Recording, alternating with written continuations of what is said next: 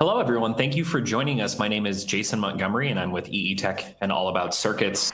Thanks for joining us for this DigiKey Ambassador Program webinar. The name of this session is Career Readiness and Professionalism, Building a Complete LinkedIn Profile for Electrical and Computer Engineers. I'm really excited to have our two presenters that are with us here today. The first person that we've got is YC Wang, who's the Director of the Global Academic Program at DigiKey Electronics. If you've come to any of our previous Ambassador webinars, you'll certainly recognize him. And I'm also happy to introduce Jim Burnham, who's the Mechatronics Instructor at SVCTE. So everyone who's here, thank you for joining us. Make sure that if you haven't submitted questions already, you'll have a chance to, throughout the presentation, submit questions for that live Q&A that we're going to have afterwards with Jim once we've gotten through everything. And with that, YC, I'll hand it off to you to do a little bit of presenting yourself. Okay, thank you very much there, Jason. And so very nice to meet you all again. My name is YC Wang, and I am the Global Academic Director at DigiKey. And so just a little bit about myself. I came from an electrical engineering background, and Jim and I actually worked at a semiconductor previously, so we were colleagues. Jim was in charge of creating new evaluation boards for FPGAs, and he oversaw the process. And I've always been in awe by his ability to keep track of all the minutiae and details to make sure it meets customer and company requirements and specifications.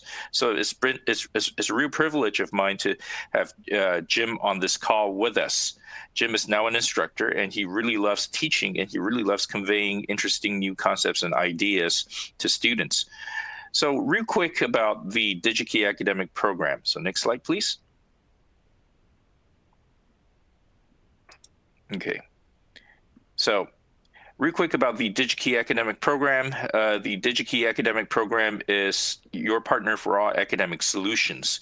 We're here for you, whether you're designing a project, looking for data sheets, looking for information, looking for reference designs, or online calculators that you can use to calculate everything from capacitance to drawing schematics and block diagrams. We also have lots of videos online that you can use to educate yourself with. We have the series online right now called Another Teaching Moment, and we also have a lot of our student ambassadors submit projects and videos of their projects that you can find on maker.io. So I'll put all the links into the chat box once Jim's portion of this presentation starts. And again, it's a privilege for the DigiKey academic program to present this this webinar today. And just real quick on the agenda, okay? In the slide here, you can see that we're talking about the electrical engineering and the computer engineering technical expertise combo. Actually, Max, please make sure we're at the next slide. So, and as you can see, there are many different areas that electrical engineering can take you in the electrical engineering field. This is a very good, quick overview of some of the possibilities. I would say not all of them, but I would say that for many of you who are on this webinar right now, you will land in one of these jobs highlighted here. But however, before you even get there, right, the question is, how do you present yourself to employers? How do you present yourself in a professional manner so that the employers will pay attention to you? You have to realize that in addition to your resume, in addition to your LinkedIn profile online, there are hundreds of thousands of other profiles and resumes, all trying to get the attention from potential employers. And so today's webinar will be talking about the best way to make yourself stand out, the best way to highlight your experiences and knowledge, and also the various projects you've worked on. So without further ado, I'm going to hand this presentation over to Jim. Jim? All right. So, YC, thank you for the kind words. I'm kind of excited about this presentation. Being able to figure out how to represent yourself professionally is always been an interest to me, and just how people perceive you is really important. And so let me just give you a little more background about me. I'm an engineer. I worked in industry for 25 plus years, and much of that time, while my role was doing design work or as YC said, designing boards and PCB boards and speccing those kind of things out and doing a lot of applications and things like that. During my career, I actually spent quite a bit of time basically recruiting for our group, right? So myself and other engineers would go out to colleges and job fairs and things like that to actually do interviews. And so I kind of have spent some time actually at the recruiting side of looking at resumes and looking at portfolios and looking at projects and seeing what people are presenting and how they present themselves. And so it's always been an interest to me. And so now that I'm a teacher and I teach engineering, I want to make sure that my students and you see that it's kind of really important for you to actually be able to represent yourself in a way that that highlights your skills, makes you stand out. If you think about like everyone from your graduating engineering class or whatever program that you happen to be in, everybody's taken the same classes, right? And so you can't just say, oh, I did this program and these are the classes that I took, because you don't stand out. And so that's kind of what we're going to be talking a little bit about today. You can see there my steam clown. That's my alter ego. I teach science, technology, engineering, art, and math as part of what I think an engineer should be doing. So, all right, so let's kind of jump in. All of my presentations, I'm a super huge fan of open source, so all my presentations are open source and available for anybody to use. All right, so the objective today, really what we're going to be thinking about and talking about is what is that first impression? How do you make that a positive interaction? By the end of this session, I hope that you really understand how to create that impression, that first impression. How do you create a profile that's professional, versus maybe fun, right? And how do you really tell that story about yourself? So we got to figure out how to do it right. Your career now is going to be a series of first meetings, first introductions, first connections, right? And you really want to understand like how to maximize the ability to tell the story about yourself, sometimes in a really, really short time.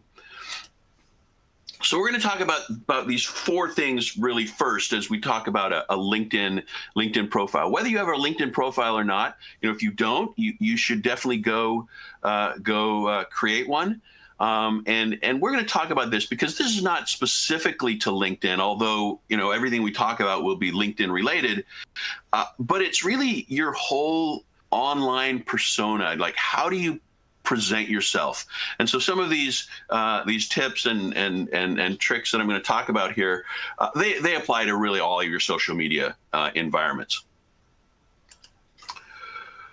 So let's talk about that first impression and kind of the psychology of this, right? I mean, we evaluate people really quickly. We meet someone for the first time and we tend to make a decision about them really, really fast, right? It's kind of like a lizard brain where we encounter something new. We need to make sure that, like, are they a threat? Are they going to help us? How do I categorize this person?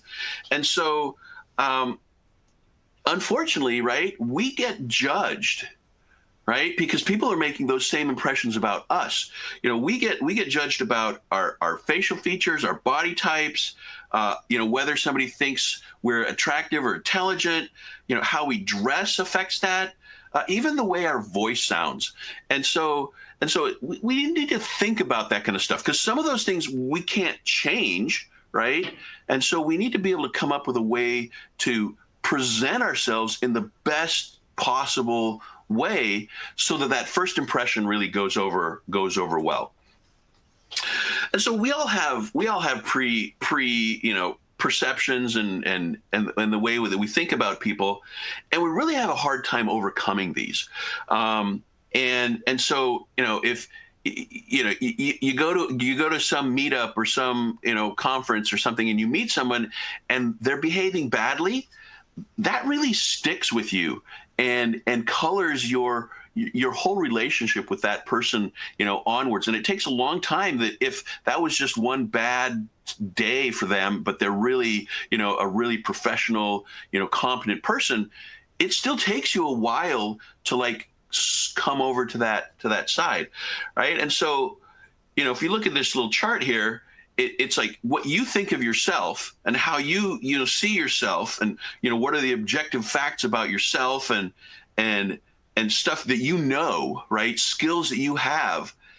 And then there's the other person, and you can't necessarily control how that person perceives you, right? And so they come with a whole bunch of pre-thought out, just perceptions that they have, and then there's the intersection of those two things are what they actually get from what they think and what you've presented, and that part in the middle is really what's left. So let's talk about managing those perceptions. How do we manage that, right? We really need to be aware of our own strengths and weaknesses, right? We know ourselves the best, right? And sometimes it's hard to be really honest with ourselves, but we need to really think about, how we're perceived and what skills we have and what projects we've worked on, and all of those kinds of things, and how do we present those to our audience. I don't think we're really trying to trick someone into knowing something about us, right? You always need to be yourself, right? Because if you're not being yourself, then if you're not being authentic, that also will show through. So we need to present ourselves honestly, but we really need to focus on our strengths and limit the scrutiny of our weaknesses, of any possible weaknesses. Okay. And by the way, if you've got questions, throw them in. Folks will interrupt me if I don't cover something, and then at the end we'll cover anything that we haven't really covered so far. But we're going to talk about these four pieces of a LinkedIn profile: the banner, your profile picture, what the headline is, and this about section. These are all key pieces of your profile. And the reason why they're key is because they're really the first thing that somebody will see in your profile. And if you make comments in LinkedIn or you post in LinkedIn, these are things that will show up as part of that activity. So let's talk about the profile picture, right? I'm sure that you've heard lots and lots of advice on your social media, and you post anything and it'll be there forever. And to some extent that's true, right? This day and age, with the way that recruiters look at a candidate, they research behind, look at how that candidate shows up on Twitter or Instagram or Snapchat, whatever, right? You need to think about how am I presenting myself? And so here in LinkedIn, you really do have control of what that physical view of you actually looks like. All right. And so as we talk about a profile picture, again, this is a first impression, right? It's how seriously do you take your online presence? And, unfortunately, we still live in a world where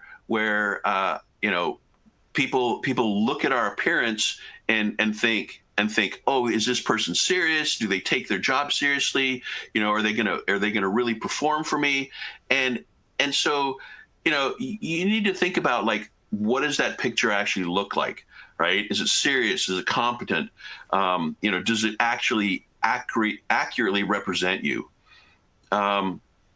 remember this is LinkedIn. It's not Snapchat or Instagram or Facebook or any other TikTok or whatever.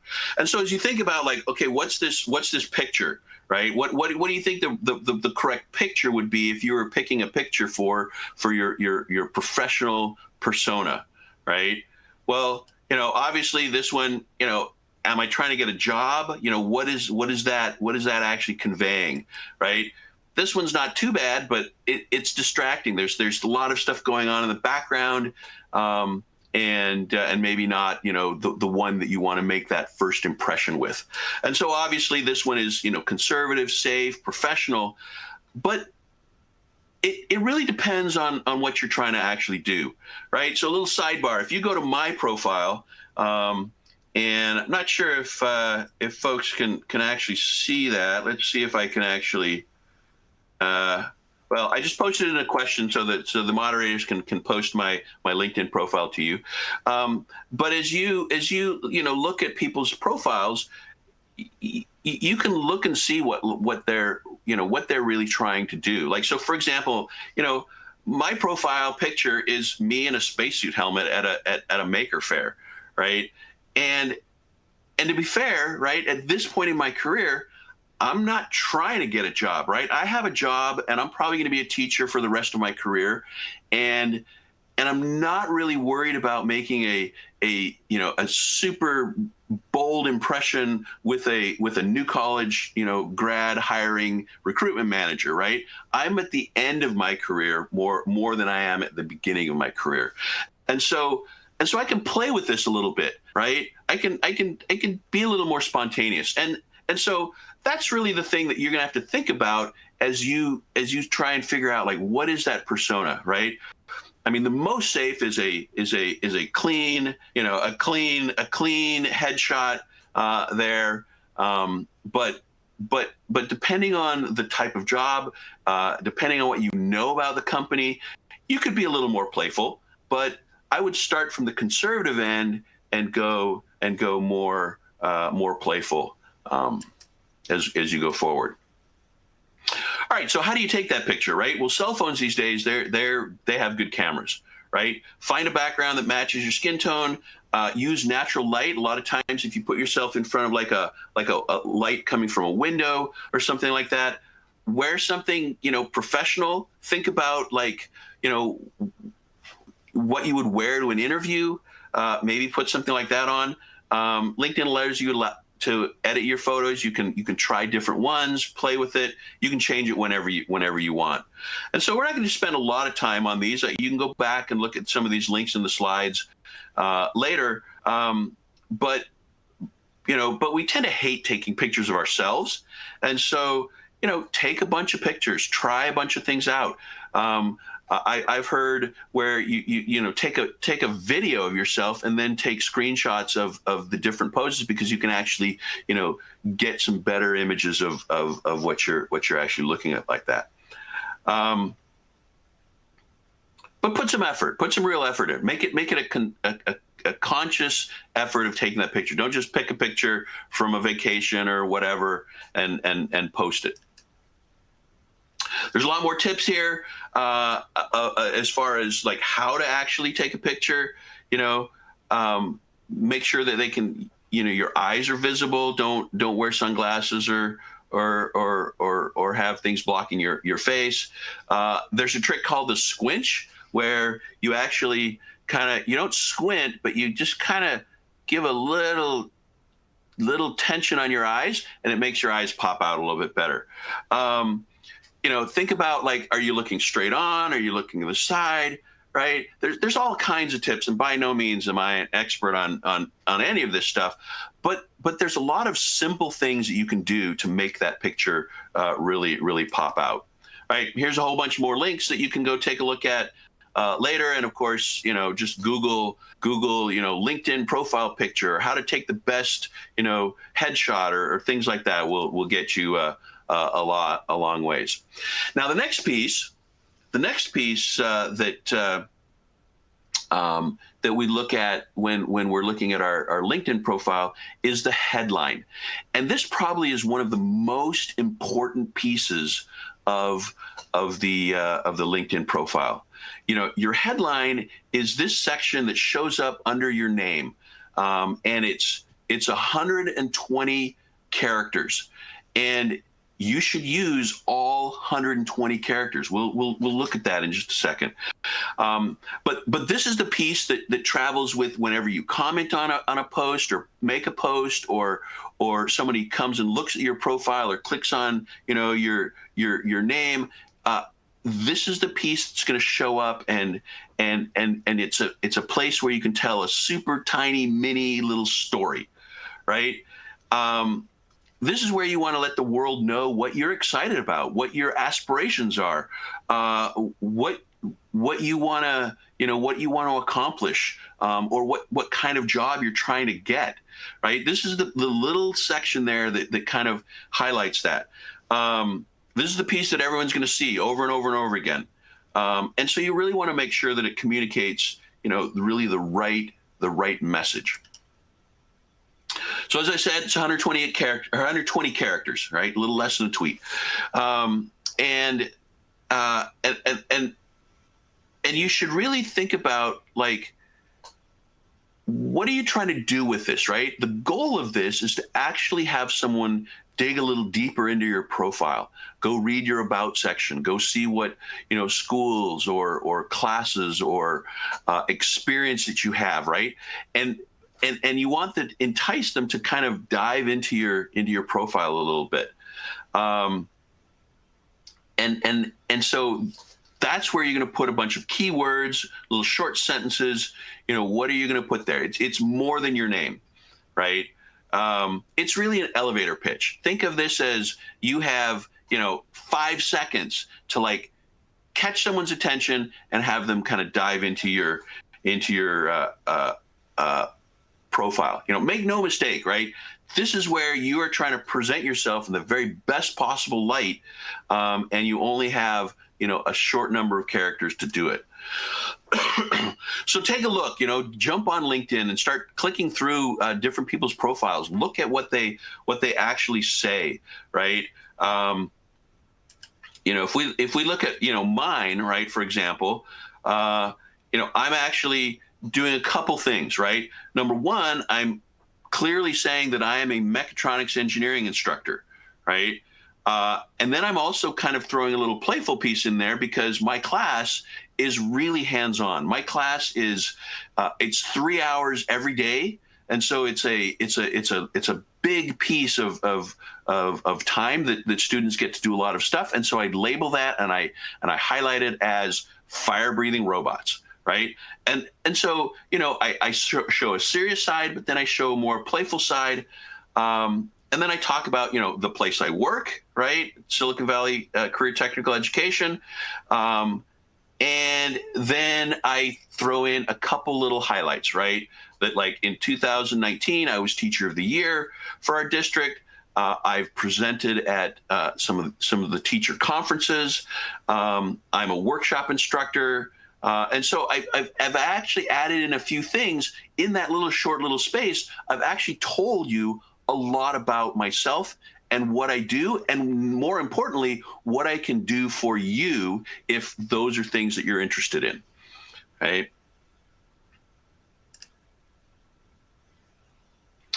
So as I said before, your headline shows up a lot of different places, right? Anytime you make a post, it shows up. So I post and then somebody comments on my post, both of our information will show up and our headline will be part of that piece.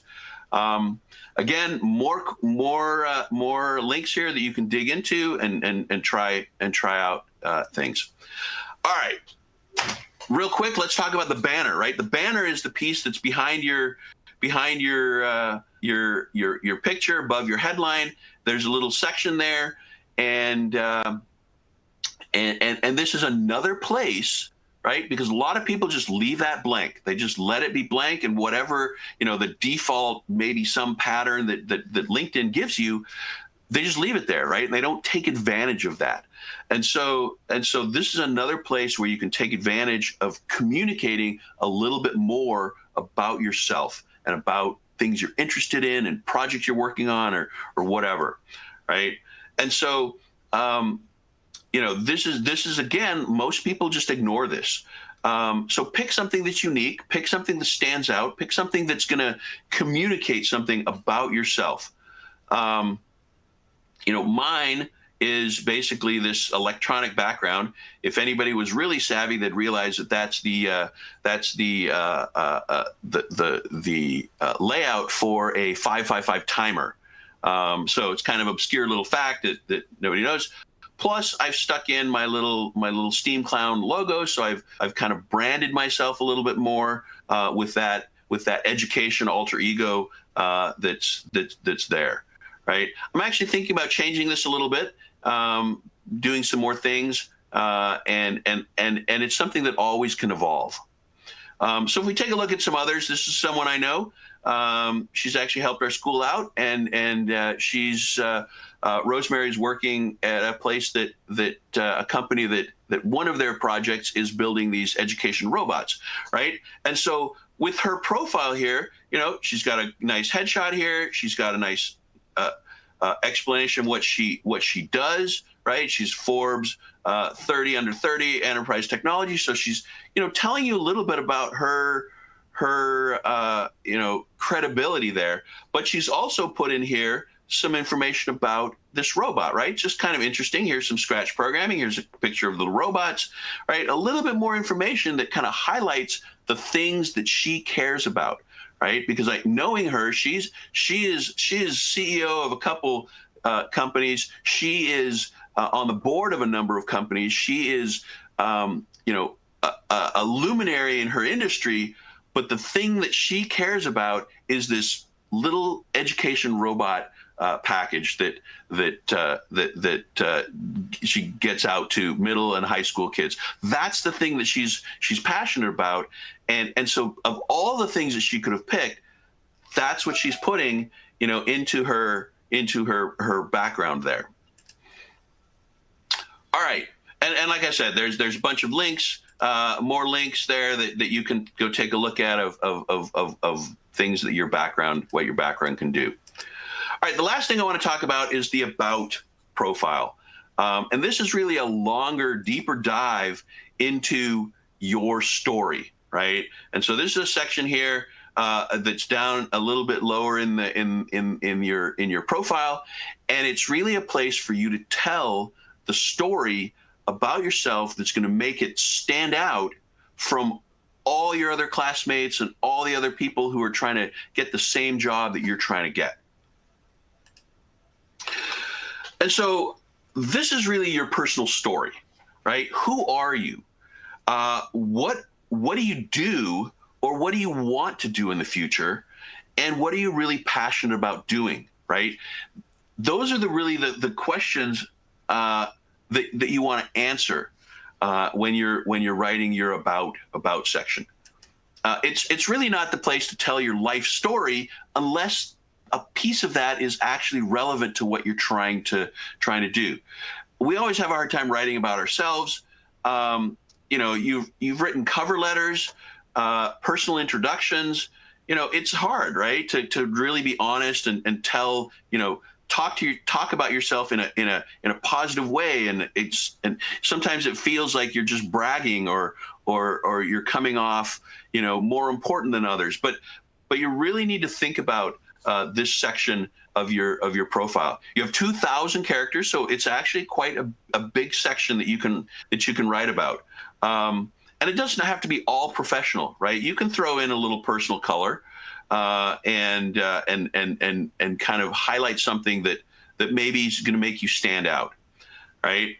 Let's talk a little bit about power words, right? Keywords. I saw that in one of the questions, like how important are these keywords and things like that.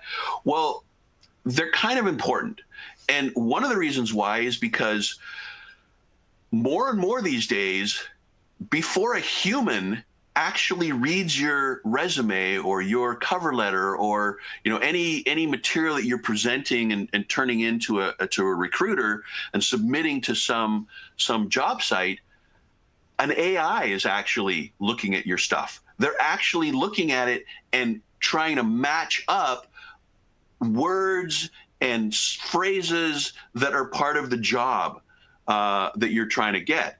And so having some of those words and having some of those phrases in your personal story actually makes that thing pop out and get a higher score, so that it ends up getting into the, hey, read these first pile. As a recruiter myself, I can tell you that looking at a resume, I literally would spend like 1 minute, 2 minutes, just like scanning through that resume, and that's a long time, actually, right? But I would spend about a minute or so looking at a resume, and I would look through it, and I would see, if I was getting them from the same college, then it would look like, okay, all these students, they all took the same type of classes and things like that. And unless something popped out, I didn't care that you took, EE 327, right? That you learned about fast Fourier transforms, right? Everybody did that. And so what I'm actually concerned about, and what I'm actually looking for, is something that pops out about those classes. Like what made it interesting to you? If you took a project class, I don't want to know that you just took a project class. I want to know about the project. I want to know about what you actually did, how it worked. All those kinds of things are part of your story that make you stand out. But definitely, sprinkling these kind of power words, keywords that are words from the industry that you're trying to get into, right? If you're trying to get into an artificial intelligence company or a machine learning company, make sure that you put words in that are words from that industry, right? Into your story. And so, as we think about those power words, you're going to really be missing out if you don't highlight your skills, but use those kinds of words. Right now, use your own words. Right, this is really a story. It could be a sequence of phrases that talk about different skills that you have, but try and wrap it together as a story. Right? What are your accomplishments? What have you accomplished? Did you get the were you president of your chess club? Were you a part of a robot club? Did you get a science award or an engineering award at some competition? Have you met an astronaut? Right? You can tell a little story about that. Do you speak a second language? Maybe that's actually really important, but just dropping that in lets people know that you've actually learned a different language, right? You can explain, like, how do you actually know that? How did you actually learn a second language? Maybe there's an interesting story about that. Can you juggle? Can you ride a unicycle? Right? Those are all little tidbits that you can put into those 2,000 characters. Another way to think about how to answer this and how to put that story together is think about, what if you're being interviewed, and think about interview questions, and then answer those interview questions as part of that about story. And that'll actually, give a lot more information about yourself by basically, answering an interview question type question. So there's some links here that help you kind of dig into that as well. And then you really want to know, your audience. You're writing to them, and so that's another thing about your LinkedIn profile is that it's not static. You should be changing it. Like, if you're trying to get a new job, go from one job to another, well, change your profile to focus on that new job, right? Change that profile to focus on, show what you've been able to accomplish, but how does that apply to that new opportunity that you're trying to get into?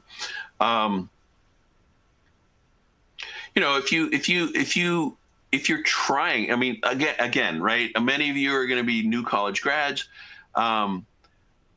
You don't necessarily have a lot of experience, right? I mean, some of you may or may not have had much experience as even a part-time job, right? And so highlighting your skills, it's kind of important to like think about, what are the skills that you have, and what things can you actually write about. But you always want to think about that audience that you're trying to talk to, right? So with that, I know that there's probably a lot more questions, and so certainly we've got some time to answer some questions, and I can certainly dive into anything deeper here that you want to know. I've got my email here if you want to contact me as well, and my LinkedIn. You're certainly happy to connect with you on LinkedIn. And if you want, just send me a message. I will personally, if you want me to, give you a quick critique of your LinkedIn profile, right? And so if you want to do that, message me and say, hey, can you I listen to you on this presentation, and I connected with you on LinkedIn, and I'd love to have you look at my profile and give me some pointers. I would be happy to do that kind of stuff. Also, there's a link here at the bottom, and I think a link in the resources to some more material that I'm going to be producing over the summer. That kind of does a much deeper dive into some of these LinkedIn topics of, like, how do you highlight your education? How do you highlight other skills? How do you get recommendations? What are some things to grow your network? We can talk about some of those things now in the Q&A time. So with that, I'm gonna say thanks, and let's jump into our Q&A time. Turn it back to our moderators. Great, thank you very much, Jim. We've got a bunch of good questions here. I'm going to try to pick and choose, get a good flow going with these. First question that I'm seeing here is, if I have too much stuff on my resume, what's a good order to start removing? How do you prioritize and triage that? Yeah, so because resumes traditionally have been a piece of paper, and you've always wanted to have it on like one sheet of paper, right? With more and more of our resumes going electronic, it's not as important to make it be like one piece of paper, but it also can't be too long. So you're right. I mean, thinking about like, how do I minimize that? So, number one, showing your education, like where you went to school, what degree you got, that's important. But more important is, like, what did you learn, right? Highlight a particular class, especially if you've done a project class. Like, what was that project? Focus on the things that show your skills, right? So, for example, right, my students, they're high school kids, most of them, and so they don't have a lot of experience. And so, when they say, oh yeah, I work at Wendy's, well, a future employer in a technology field, they probably really don't care that you worked at Wendy's. But if you highlight the fact that, like, at Wendy's, you were an assistant manager and you were responsible for making sure that you didn't run out of inventory, and that every week you were in charge of making sure the orders were processed and verifying that you actually had enough material on hand for, cooking for the day, right? What that's actually telling a future employer is that you're responsible, that you focus on detail. You're able to manage the organization of those materials, right? And so it's not that important that you worked at Wendy's. It's that you actually have a skill, so that when you talk about that skill of being organized and being able to manage inventory, your future employer will go, oh, I want that skill. I want someone with that skill, right? And so really focus more on the skill that you have than a list of things that or jobs that you've done, things like that. Focus more on the skill, I think, is my recommendation. So I have something to add to that, right? And so, like Jim, my career has spanned multiple years and multiple companies, multiple job types by now. And so my resume, right, if my complete resume, if you print that out on a sheet of paper, will be many, many, many pages long. So what I do is normally, what I think is that normally when people hire you, they hire you for your latest and most pertinent experience. So in your resume, you can actually not necessarily trim out, but truncate or maybe even shrink your prior experience that may or may not be relevant down to essentially just the title, the company you work for, and also the amount of time you've worked there. And that's all you need. You can maybe put a little blurb like inquire for more information at the bottom, but expand the sections that you feel are pertinent to the job so that what you're doing will absolutely so essentially when you expand that out, it will absolutely highlight what you're doing to your future employer. Something else, I want to agree with Jim on this. Your skills will, when you do an engineering job, there are a lot of skills on the side that's highly valued as well beyond the technical side of things. For example, right,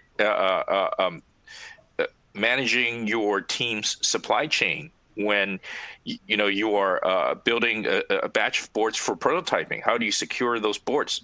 It may tie back to securing the supply at Wendy's. So you never know. So be sure to put in any pertinent mention of pertinent skills in there. That's super important. Got it. Thanks, guys. I think this is a good follow-up question that someone just submitted. What about personal projects getting attention? This person saying, these projects can be pretty fun, but they're far from professional work level. I know, Jim, you had mentioned if you had project classes or capstone things. So what do you think? Is there a threshold for the right kinds of projects to highlight, or how do you make that call?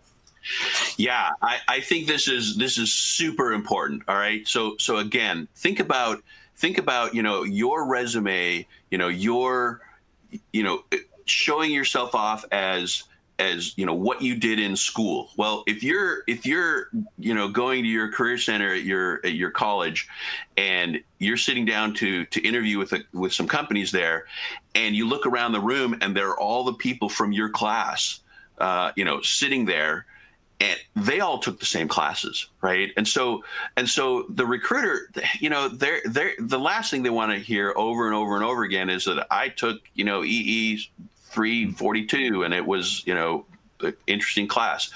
What they want to know is, what do you know? And so I think that personal projects are an extremely valuable way to go tell your story, right? Because the project itself may not be specific to that job. Maybe it really is, though. Maybe it's exactly the kind of things that they do. And so being able to focus on something that maybe you did outside of school as a personal project shows that you have some initiative, right? Shows that you actually are really interested in this stuff, that you actually will spend your personal time doing it. And then you get to tell the story about how that project worked. What did you learn, right? And so especially if it's a particular skill that those employers are going to want, you have an opportunity to tell a story that's completely different than what anybody else has on their resume. When I look at resumes, especially when I look at resumes, right, I look at that and I just scan through, and the thing that catches my eye is, oh, I worked on this project, I did this thing, we solved this piece of software, or we had to 3D print this thing, and it kept failing, and the way we got around that was by changing this part of it, and then it was strong enough. Things where it shows in those personal projects what you've accomplished, what skills you've gained, and how you actually did it. So yes, I think highlighting personal projects is a great way to tell your story. Got it. Let's see here. Another question I think that we can jump to. How important is keyword consideration? Should people have like an SEO mindset, when they're making up their profile? And the secondary question here is, how targeted and individualized should it be for each kind of potential recruiter or each submission? Maybe start with the SEO type thing first, though. Yeah, so there's if you go Google power words and how to use power words and things like that, absolutely you should. I mean, you can definitely go overboard, right? And then it'll kind of show that you're just throwing words in that you don't have any idea about what they mean. But if you're, like I said, if you're trying to get a job, in a 3D printing, environment, you definitely need to show that you actually know something about 3D printing and put in words that are related to the 3D printing industry. Or if you're trying to get into, some artificial intelligence programming, right? And it's machine vision, then yeah, you definitely want to throw in, words that are around the industry of machine vision. And so how do you find those? Well, read a lot of articles, go do research about that, right? Look up, what people are saying. Go to LinkedIn and go find companies that are doing the thing that you want to go do and find out what words they're using. Right. And then, if appropriate, kind of work those same words or phrases into your story, into your headline, so that it pops up. Like I said, a lot of times recruiters are using software to screen, the thousands of people who are applying, to come up with 100 that maybe get looked at for 30 seconds, and then a pile of 10 or 20 that pass that. And so having those keywords in there is actually kind of important. And the second question there was, do you rewrite your resume for every single person that and every single company that you're trying to apply to? Yeah, I mean, you can definitely write a generic one that kind of focuses on an industry or focuses on, your career, like, aspiring, aeronautics engineer, something like that, and then focus on, the aeronautics industry. But if you're trying to get a job at a particular company, number one, go research that company. Find out go look at their job boards, look at all the jobs that they're offering, and think about, like, what skills are they looking for? And think about, do I have that skill, or can I show that I have that skill? Or, hey, I need to go learn this skill. Let me talk about how I'm going to learn this skill, right? And put that into your resume, and focus those resumes, and focus your LinkedIn profile on that industry, or even that particular job. And let's say you're trying to get a particular job at a particular company. Tune your LinkedIn profile to be exactly for that job. And if you get the job, great. If you don't get the job, then you can change your resume to tune it for another one. So yeah, I would spend time thinking about exactly the job that you're trying to get, or the company you're trying to get that job at, and tune your profile and material for that job. It's a lot of work, but I think it's valuable, putting that together. I see. So I want to add something here. So Jim talked about power words, and so the other thing you should consider are power verbs. Okay, for example, very often you are not the only person in a project. So if the project is yours and yours entirely, that means you built a project, a barista machine from scratch. Well, you can take ownership of everything. But what if you did a portion of it? Let's say you did a project where you guys brought up a robot, right? Then in that case, you should consider using power verbs to describe your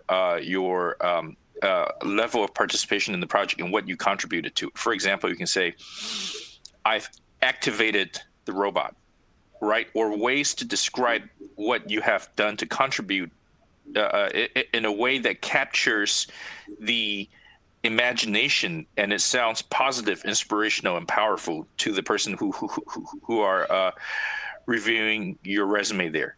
So instead of saying, oh, I coded 4,000 lines of code into this, right? You can say, activated robot by entering embedded firmware for blah, blah, blah microcontroller. So that way you are showing that you are taking an active role in that. So power words, power verbs. These resumes get my attention. When I scan resumes, they get my attention more than any other, because it shows that the person is highly motivated as well. So it conveys across a sense of, hey, you know what? I'm dependable if you hire me. Got it. Thanks, YC. I think what you're both talking about that's really important is, there are thousands of people who could have the same projects that they've done, job experiences, similar things, but solid resumes and things that catch recruiters' eyes are the kind of people who can contextualize and explain, here, I didn't just do this thing, but here's why that experience makes me a good fit for you and why you would benefit from the stuff that I'm bringing to the table, right? So being able to frame that and stand out and explain why those things are linked instead of just kind of dumping all that information out there is definitely important. And I have seen that in resumes I've gone through and hiring processes I've been in myself too. I want to lump together, gentlemen, a couple questions that I'm seeing. I know a lot of people are really interested in kind of the networking and connection side of things as well. So I'm going to read off a couple and we'll just kind of put it out there for discussion. But people are asking things like, how important are connections? What's a good way to connect to people to make a profile stand out? How should we be talking to recruiters or form strong relationships within the industry? So Jim, do you want to talk about that kind of networking side of things and the real human element that goes with that? And then YC would love your insight on that as well. Yeah, no, I love that. I love this question and this idea because, it's important that you have skills, right? It's important that you've learned stuff in your classes. It's important that you're able to solve problems, and it'd be nice if like, you could present yourself and say, these are the skills I have, you should hire me. But it also, in this world that we live in, I think actually it's more important who you know than what you know. Now, what you know is going to be really important because that's how you're going to actually do your job, right? I mean, very quickly, if you get hired to do a job for a specific skill and, they realize, oh, you don't even have this skill, right? You said you had this skill, but you don't have this skill, right? Very quickly, they're going to realize, that was a mistake, that not a good fit. But getting that job, getting in front of those recruiters, that's where your network really comes in, the who you know. And of course, that's what LinkedIn is all about, right? Is linking people together. And so, yeah, I mean, I saw a couple questions here, like, how do you actually connect with those recruiters? How do you communicate? And so for me, what I tell people when they're trying to build a network, especially within, with LinkedIn makes it really easy. Let's say I go to a meetup. It's either virtual or live, and I'm in there discussing stuff, and we're in a breakout room, we're talking to somebody, or I'm live at some event and I'm talking to somebody, and I say, this is really interesting. I would love to spend more time talking about this. Would you mind if we connected on LinkedIn? And I guarantee you that the answer to that question is invariably almost always going to be, sure, yeah, that'd be great, right? And then what you do is, maybe 10 minutes later or so, you get on your phone, when you've got a break, and connect with them on LinkedIn, or do it within the next day or so, and they'll remember, and they'll go, oh yeah, that's right, I talked to that person. Yes, they accept your connection, right? And this does a couple of things. You now grow a network. When people look at your LinkedIn profile, they see that you're connected to a lot of these different people.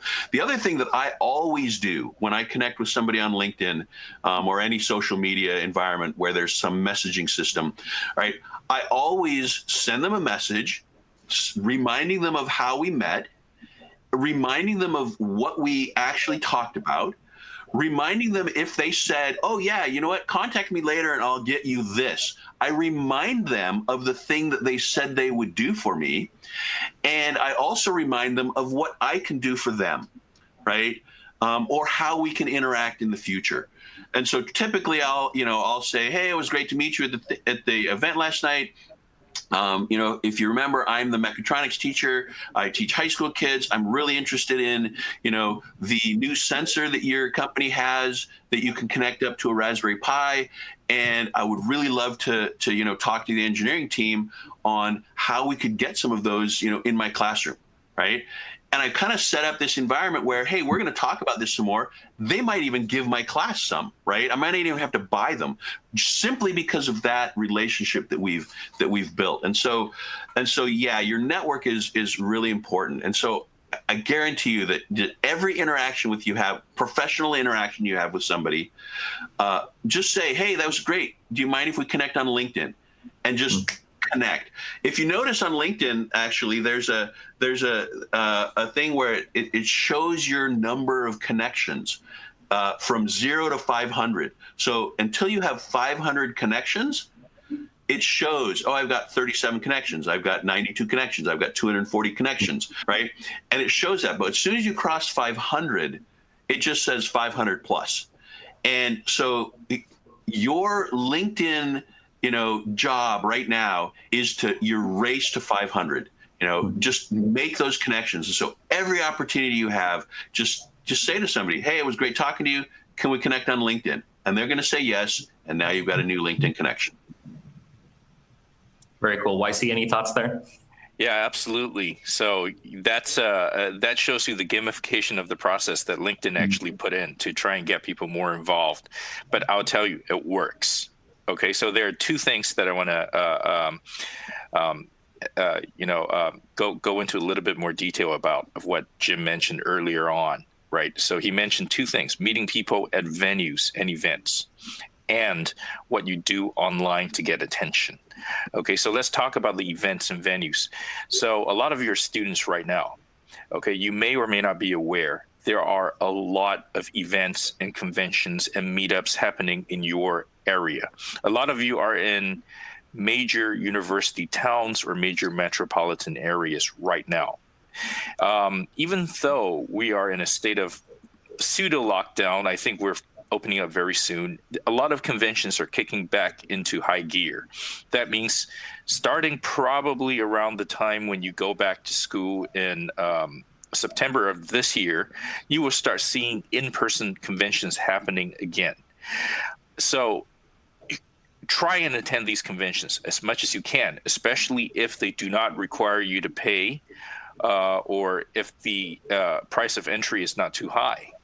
And there's a lot of value in this. For example, out here in San Jose in September, there's something called Sensors Expo happening. And there are hundreds of companies, big and small. You can be a company as big as, don't quote me on this, but maybe NVIDIA, right? Or it can be as small as a little mom and pop engineering company.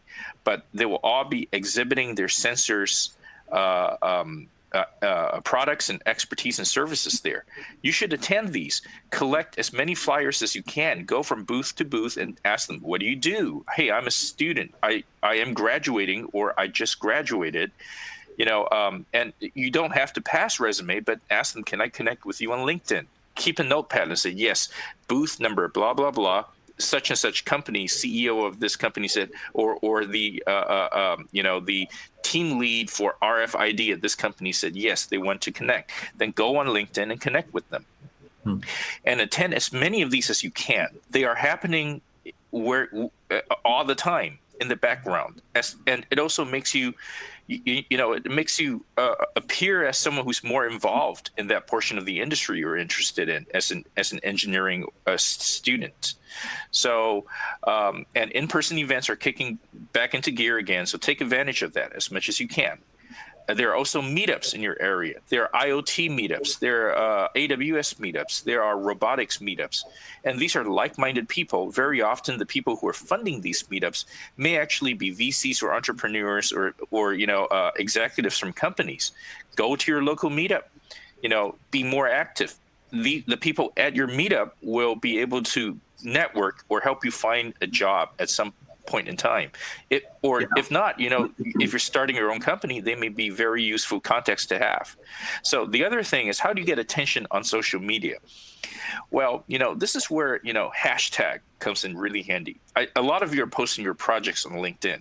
Okay. And if you look at, for example, DigiKey's LinkedIn profile or DigiKey Academic Programs LinkedIn profile, whenever we post something, we may have hashtag such and such, hashtag such and such. We do that because we want to get attention from these other groups that may or may not see these posts normally. So we're adding the hashtag so it expands our reach. You can do that for your project too. You can do that for your posts as well, right?